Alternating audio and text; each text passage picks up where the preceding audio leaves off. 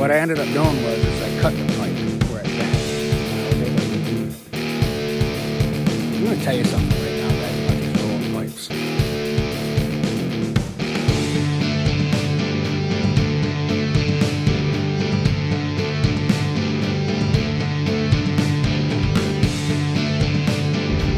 Folks, that outdoorsman. Figured I'd get a quick one in here on my drive home from work tonight.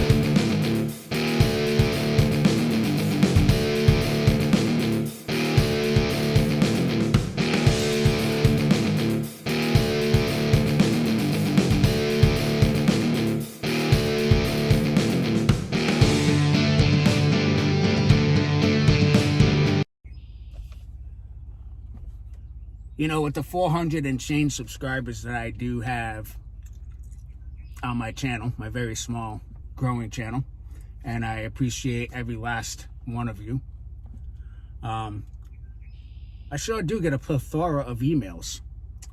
Some of them are emails showing love and support, which I appreciate. Some emails I hate are hate mail, which I appreciate. Some of them are odd requests. You know, I had somebody email me, hey, you know, you look like you got one of those dad bods, Mad Outdoorsman. Do you have an OnlyFans account? No, I don't, guys. Sorry. And, yeah, Mad Outdoorsman doesn't, you know, I don't play that. And some of those emails are video requests. Okay, in all seriousness. And I got this particular email the other day asking me to please make a video about what it's like being a law enforcement officer living in a blue state. And, you know, I sat there and I pondered that one. And I said, you know what? I can make a video like that and break it down to you folks about what it is like being a law enforcement officer in a blue state.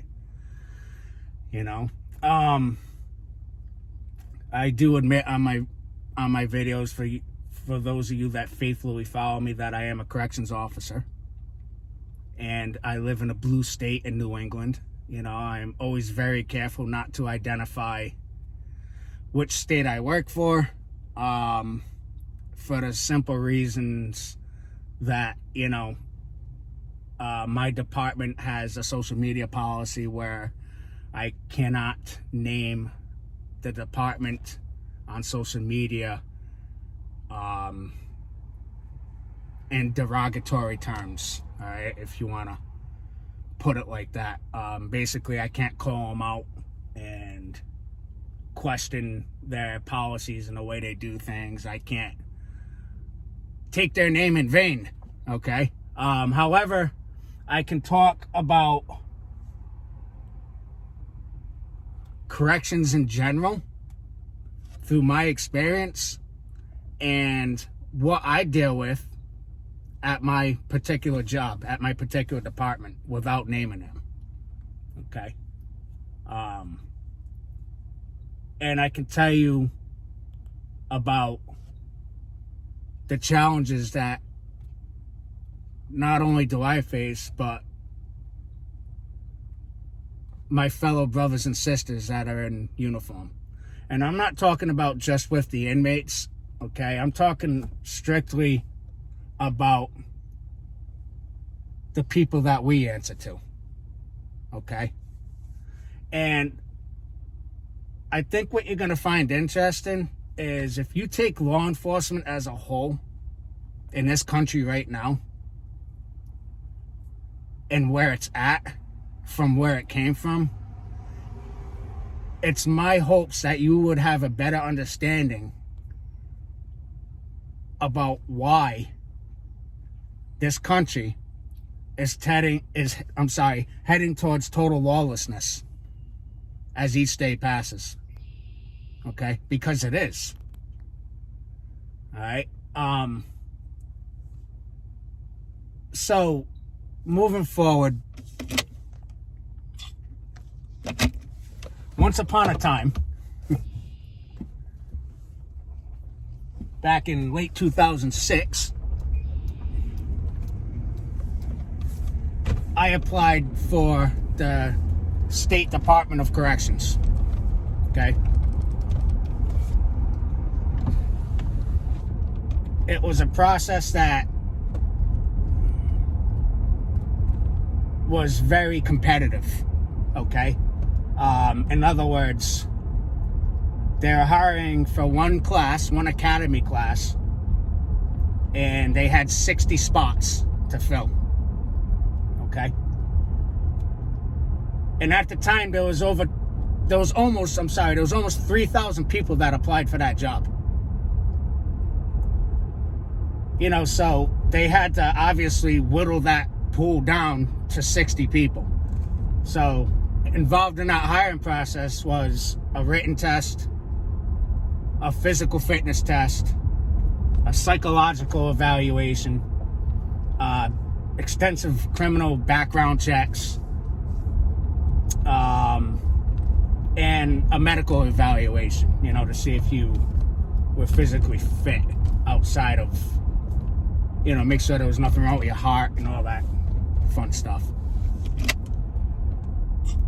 All right, so at the end of the hiring process, I was one of the 60 applicants that got hired. The final step of the hiring process, you had to sit in front of an oral board. Basically, it's a panel of people that consist of the director of the Department of Corrections, a couple different wardens, a couple union members that represent the union that I belong to, and just some other folks that work for the department. So there was about 7 or 8 people on my oral board, and you know, they asked you very matter-of-fact questions and put you on the spot. They knew everything about you. They pretty much knew what they were going to ask and how you were going to answer it before the question was asked, right? I mean, this department basically sent people out to your neighborhoods where you lived and would ask your neighbors about you, what kind of a person you are, what kind of a neighbor you are, right? This is how much scrutiny that they used to put into hiring their candidates for the job. Okay? And again, that was 15, almost 16 years ago.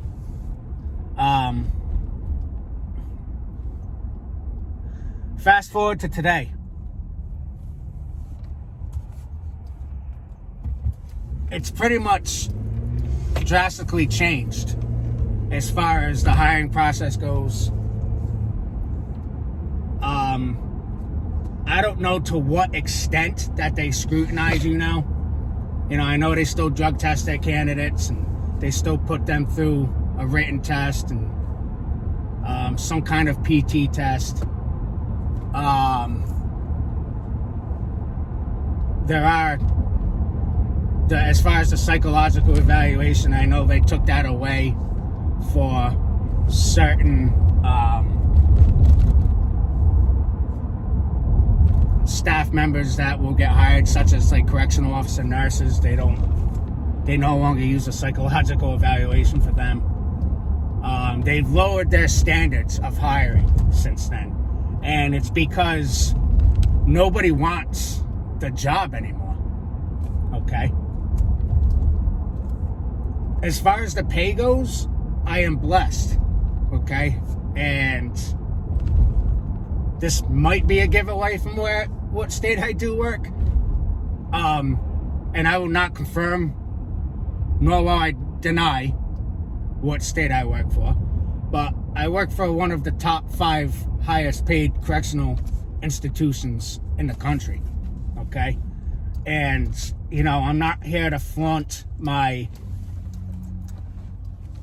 salary I'm not going to put out numbers on how much money I make. But I am blessed. All right. So with that said, moving on. This department still has a hard time filling vacancies through attrition, such as retirements, people quitting and moving on to another job, people getting fired and all that stuff. They have a very hard time filling these positions. Even though they lowered the standards of hiring, you don't have to score the marks on a written test like I did back almost 16 years ago, right? Because they lowered the standards. You don't have to prove that you are a sane individual, depending on what classification you work in. Classification meaning correctional officer nurse or correctional officer line staff, right? They took that away. They have amended some of the components of the PT test. Okay. For instance, you have a pass-fail test to take to enter to be hired. Okay, not to enter the academy. I'm sorry. Let me back that up. All right, it's been a while. There is a pass-fail PT test to enter the academy. However, to get put online, what they call it, to actually get the badge and work inside of the prison, they say that it's still a pass-fail test. However, if you do fail your PT test, they will let you come back and take it again. All right, that option didn't exist back when I started. All right, so hopefully that paints the picture as far as the standards go. Okay, they've lowered them. So moving forward, so back when I started working for the Department of Corrections,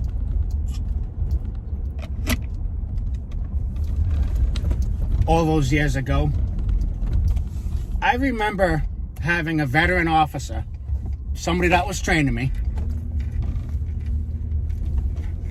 take me to the side and explain the philosophy of corrections to me. All right. And basically, and those words that he said to me, still to this day, I will never forget. And what that individual told me was, he said, son, the pendulum is going to swing the other way someday. And I looked at him and I said, well, what do you mean by pendulum? What's that mean? You know, I'm brand new on the job. I literally got 3 minutes on the job. So I had no idea what the fuck he was talking about, right? So he explained to me that, he said, look around. He said, right now the prison is relatively safe, you know, because it's people like us that made it that way. Okay. And again, this is a guy that was around back when the prison was not safe. There was disturbances. He was involved in riots. And it was guys like him and girls like him that made the prison safe, you know. And when I walked onto the job, it was relatively a safe place to work. I mean, go figure, right? Don't get me wrong, it wasn't a walk in the park, you know. So with that said, going back to the pendulum statement, he said right now the pendulum's in our favor. Meaning the officers run this place. All right? But the pendulum is it's starting to swing back towards the other way. All right, now mind you, he said this about 15 years ago. He said someday this place is going to go back to the way it was. And he went on to emphasize that the reason because of that is because of the people that run this place now. Not the officers, but the people that we have to answer to, the administrators. And what he meant by that was the administrators and their twisted liberal policies that they would install on the institution. Okay? We had people in charge that had no business of being in charge. Some of the wardens, all the way up to the director, never laced up their boots and walked the line, okay, that we call in the corrections. They never worked in the trenches, all right? We had a director that was a lawyer, okay? So in other words, we worked for people that not only had no business being in corrections because they had no experience, they didn't walk that line, they didn't lace up the boots, they didn't go to battle, but they were also clueless and out of touch. All right? And if you didn't have those folks, then you had the other side of the administration that were former corrections, all right, that were officers that did work their ways up through the ranks, all right, that took that test to get promoted, okay? And then once they did get promoted, they very quickly forgot where they came from, all right? And anybody that works in law enforcement, whether you're a police officer or a corrections officer, I am sure you are picking up what I'm putting down. All right? So now you got this mix of people that are clueless and out of touch, okay, mixed with folks that forgot where they came from.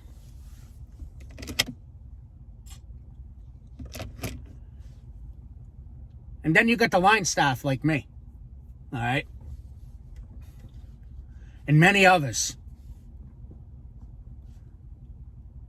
that will get hired to do this job, okay? That has an 80% divorce rate. That has almost a 40% suicide rate amongst correctional officers. That has a high PTSD rate. In a profession that causes a lot of mental and physical problems. Okay? That go inside of a facility and gets locked in with over 1,000 inmates. And you're outnumbered. Vastly outnumbered. And you got to walk that line. And you have to do a job. And you have to be around the most dangerous people and scumbags of fucking society. And you got to walk amongst them. And enforce rules and regulations. Okay?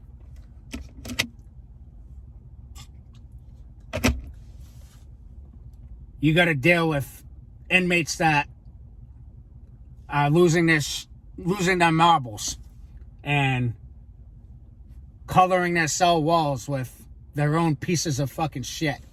All right? That are flooding their cells, that will go out and make weapons and cut other inmates.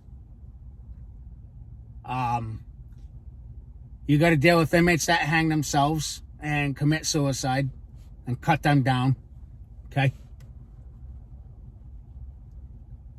And then you got to go home to your family. All right? And you got to turn all that shit off.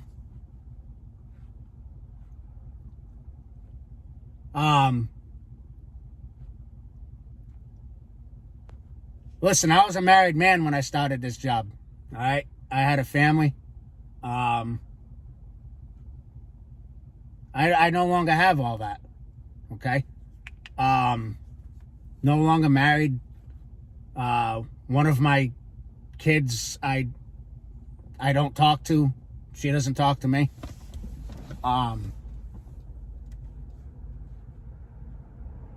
And a lot of it is attributed to the job, because at the very beginning of my profession, I did take the job home with me. Okay? And I was a different man than I am today. And I did make a lot of mistakes and bad decisions. All right? And I did cost myself my marriage. All right? And this isn't a pity party video that I'm making here, folks. I'm just trying to paint a picture of what it's like working in a profession. All right? And I know that this is a prepping channel. So I'm going to turn this now. I'm going to switch gears and turn this into somewhat prepping related.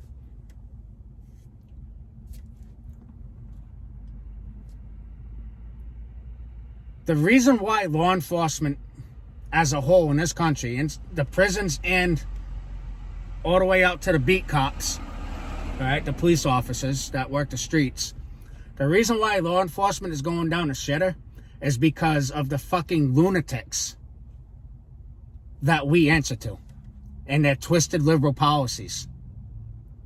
Okay? We can no longer do our jobs the way we were trained to do it. All right? We no longer have administrators all the way down to our immediate supervisors, what we call brass, that will back their officers up. Okay? We can do our jobs by the book and go in there, walk the straight and narrow, and enforce rules and regulations by the book, and we will still get scrutinized for it. All right? We will still get asked questions. I can walk in there today and get assaulted by a fucking inmate. All right? And beaten to the ground. And I can bet you 6 ways to fucking Sunday that those administrators will try to find a reason how it would be my fault. Why I got assaulted. Okay? That's how it is today. All right? And when you do have an inmate that's acting like a complete fucking douchebag, and you do have to deal with that individual, sometimes you have to speak their language. And what do I mean by that? What do I mean you got to speak their language? What I mean by that, folks, is simple. You can't simply just talk to some of these individuals, these fucking judges of society, right? Because they're unreasonable. So sometimes you have to look at an inmate and tell him to go fuck himself. Or get fucking moving. Or get the fuck in your cell, you fucking piece of shit. I'm not going to tell you again. All right? And that inmate can be the biggest fucking asshole. Right? And then what will he do? He'll either comply or he won't. But I can guarantee you that he will turn around and he will put you on paper, or he'll write out a slip and he'll pass it in to your supervisor, or my supervisor, and say that I disrespected him, or I threatened his life, or I threatened to I use sexual advances against them. These inmates, they do this. All right? They will do anything and say anything to get an officer hemmed up. All right? Inmates are professional victims. Okay? I can't stress that enough. When an individual gets incarcerated, he's taught how to be a victim. Okay? It's no longer about punishment. It's about rehabilitation. And I'm not against rehabilitation whatsoever. If somebody makes a mistake and makes a bad decision and has to go to jail for it, such as drunk driving, okay, and they get behind the wheel of a car and they end up killing somebody, first of all, fucking shame on them for making that stupid decision. And I hope they're thinking about the family and the lives that they impacted every day while he's doing his or her time, right? But on the flip side, that could be any one of us, right? You know, you could have one too many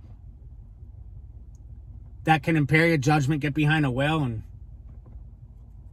run that stop sign, or not see that individual walking out in front of you and you run them down and you take their life. And then when your blood alcohol is above the legal limits, you're going to jail, right? And you could be a good person.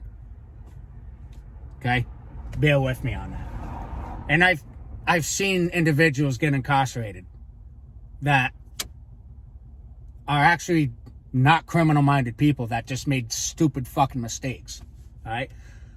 So they're there to get rehabilitated so they can make those better decisions when they finally get released. But on the flip side, you have these habitual offenders, these fucking scumbags, all right, that will go out and terrorize society, and they're not there to get rehabilitated. We call it coming back home in our profession. When they're out in the streets, they were just out on vacation. We call it, hey, welcome home. We left the light on for you. All right? Because these guys just keep coming in and out. And they're not going to learn. Because, again, the state that I live in is very soft on crime. All right? These people don't get these lengthy sentences anymore. They don't lock them up and throw away the key. You know, we have child molesters that will only do a year or two. Okay? But I digress. They're professional victims because the administration sets them up to be professional victims. We have a solitary confinement unit. All right? It's the jail inside the jail, guys. So let's say an inmate decides to assault me today when I go to work.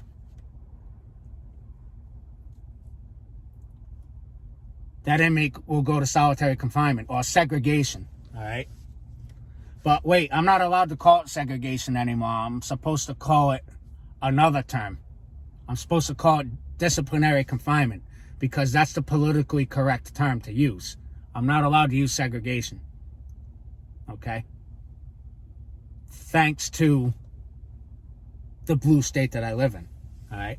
Anyway, and I know this is a long video, all right? But I need to get this out, and I need you people to understand what we face.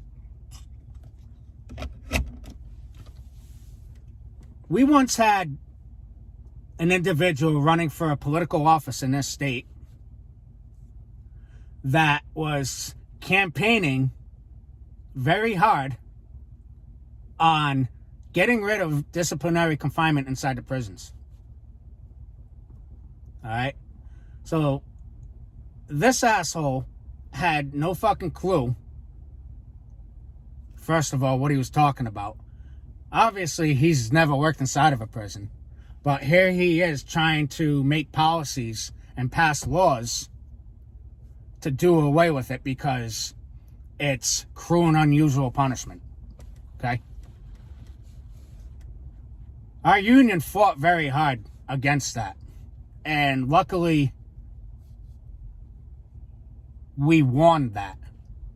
We fought against it, and it was decided that disciplinary confinement would stay.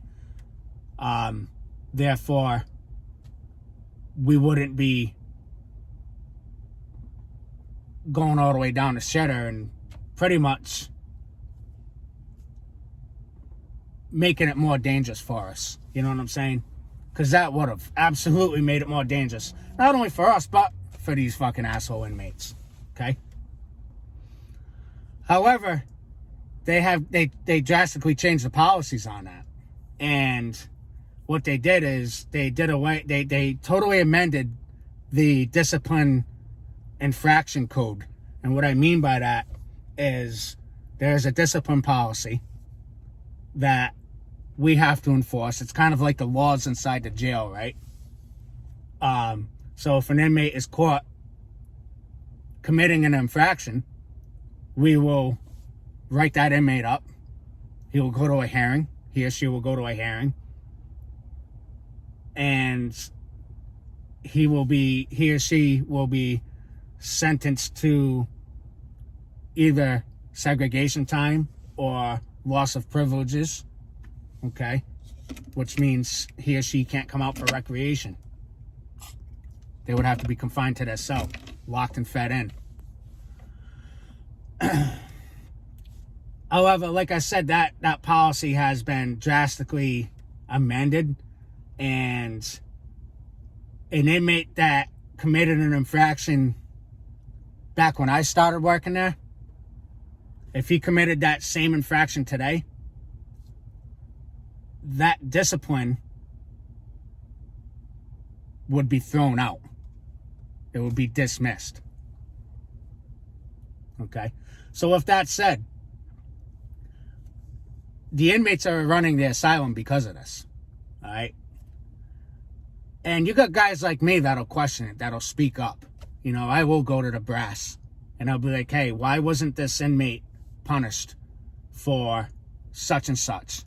Okay? And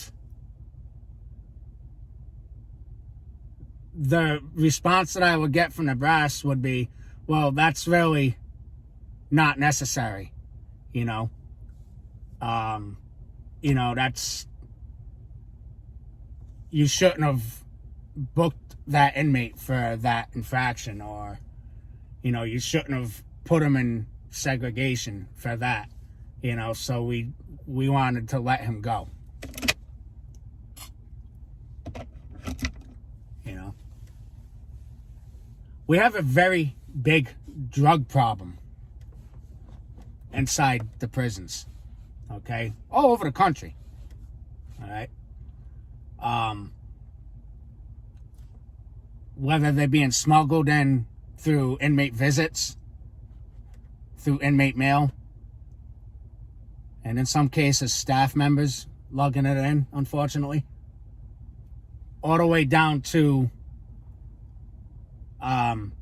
what we call the pill line, where the inmates go down and get their prescribed meds inside the prison infirmary, you know, where they'll try to smuggle their meds back to their cell box and either hoard them so they can get a good amount to get high off of it, or to sell them so they can make money off of it. Okay? So what we do is we periodically conduct cell searches for contraband, such as drugs, such as weapons, and pat downs and strip searches. Well, nowadays, you can't do that without answering 20 fucking questions. Right? So let's say I go into a cell and I conduct a contraband search. I will get scrutinized for that by my superiors.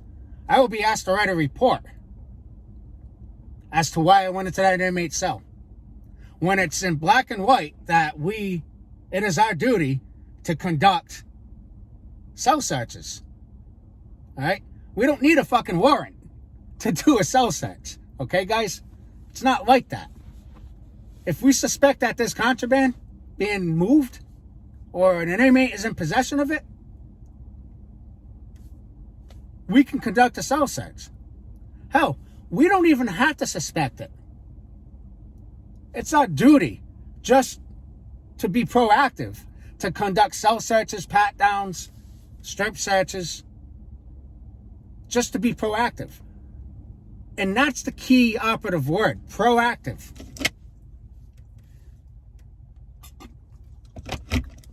This liberal administration that I work for does not want you to be proactive. Okay? They will ask you the 20 questions. They will call you out on a carpet. They will ask you to write a written report as to why you did your job. Okay? And then you're finding, the next thing you know, as an officer, you've got a fucking bullseye painted on your back. Not by the inmates, but by the people you fucking work for. By the administration, by your brass. They'll say, oh, he's too fucking hard on these guys. Okay? This guy does his job too much.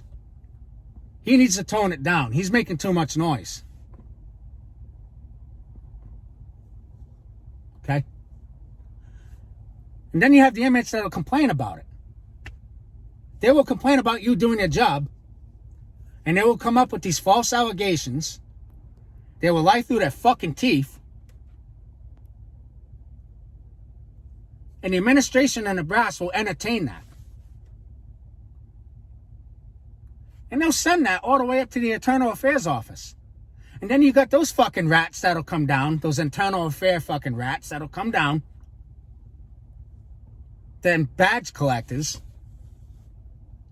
that'll put you out on administrative leave.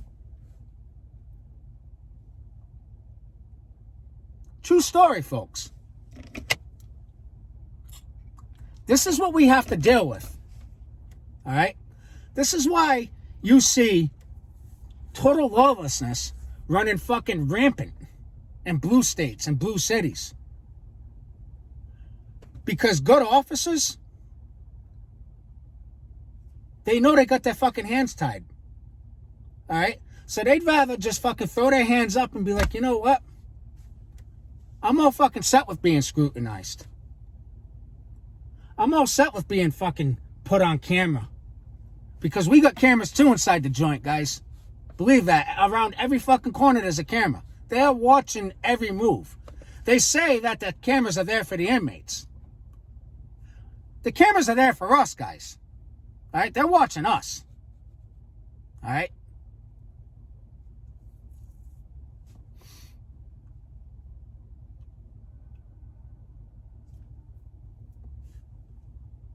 The department tries very hard to take good officers and turn them into fucking total shitbags. Okay? To turn them into careless fucking do-nothings. They want officers to just be cardboard cutout fucking cops. To just stand there and hear no evil and see no evil. All right? Because they want to show the politicians and the legislators, okay, that, hey, we run a quiet prison. Okay, there's no problems here.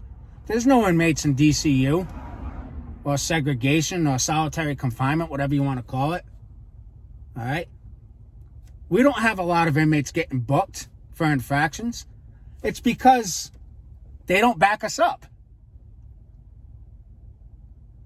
All right? So they're creating this fucking false illusion that everything is fine.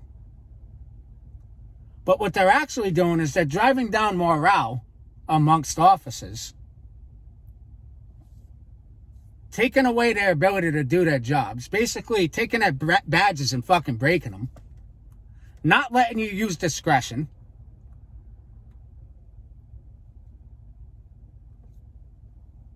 taking your credibility away, and pretty much deterring you from doing what you are hired to do. All right? That's where law enforcement is at today, folks.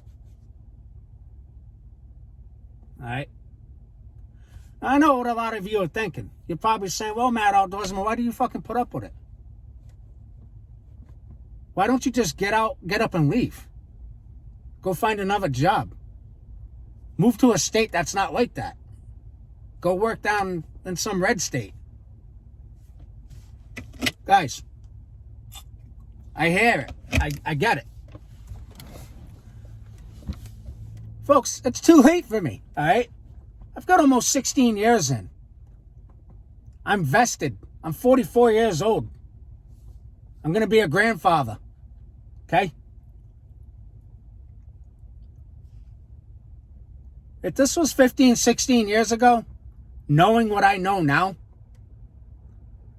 I would have fucking packed up and left. Believe that. All right? And I look at these new kids, I call them kids, that are getting hired now, coming on, and they're all full of that fucking pride and glory fucking bullshit. And I'm sorry to say it like that because I was once that kid. And I just shake my head and I feel bad. And I tell them, I say, this fucking place is going to ruin you. This place is going to ruin you. They are going to deflate you because that is their goal. Get out. Get out while you can. So yeah, folks, the pendulum is definitely swung the other way. All right? The inmates do run the asylum. You see it inside the prisons. You're seeing it out in the streets. The justice system is broken. They want to treat these fucking shitbags like they're angels. They want to fix them. They want to treat them like victims. But the real victims are you and I. The law-abiding folks that do the right thing. Go to work every day. Right? Provide for your families. We're the ones getting punished for it.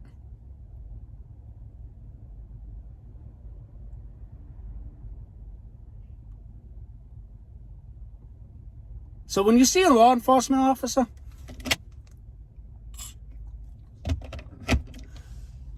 and I know that everybody has their opinions on them, good, bad, indifferent.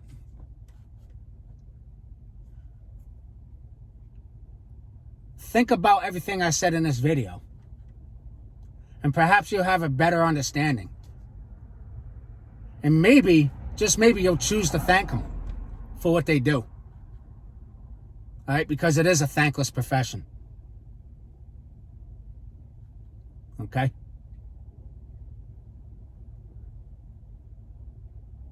And you,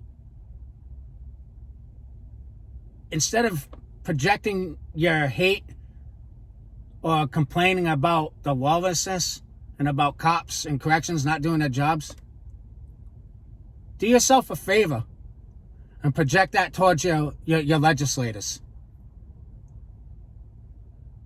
Okay? Because they're the root fucking cause of all the fucking nonsense and bullshit that you see happening out in the streets. They're the root cause. They are out of touch and they are fucking clueless. All right, guys? Anyway, end of rant, I guess. Matt Outdoorsman. I will see you on the Mad broadcast Monday night, 9 p.m. Tune in every Monday at 9 p.m. And we will get down and dirty with the current events that are happening in the SHTF Break Bad universe. All right? See you Monday night, folks. Thanks for watching. Matt Outdoorsman, out.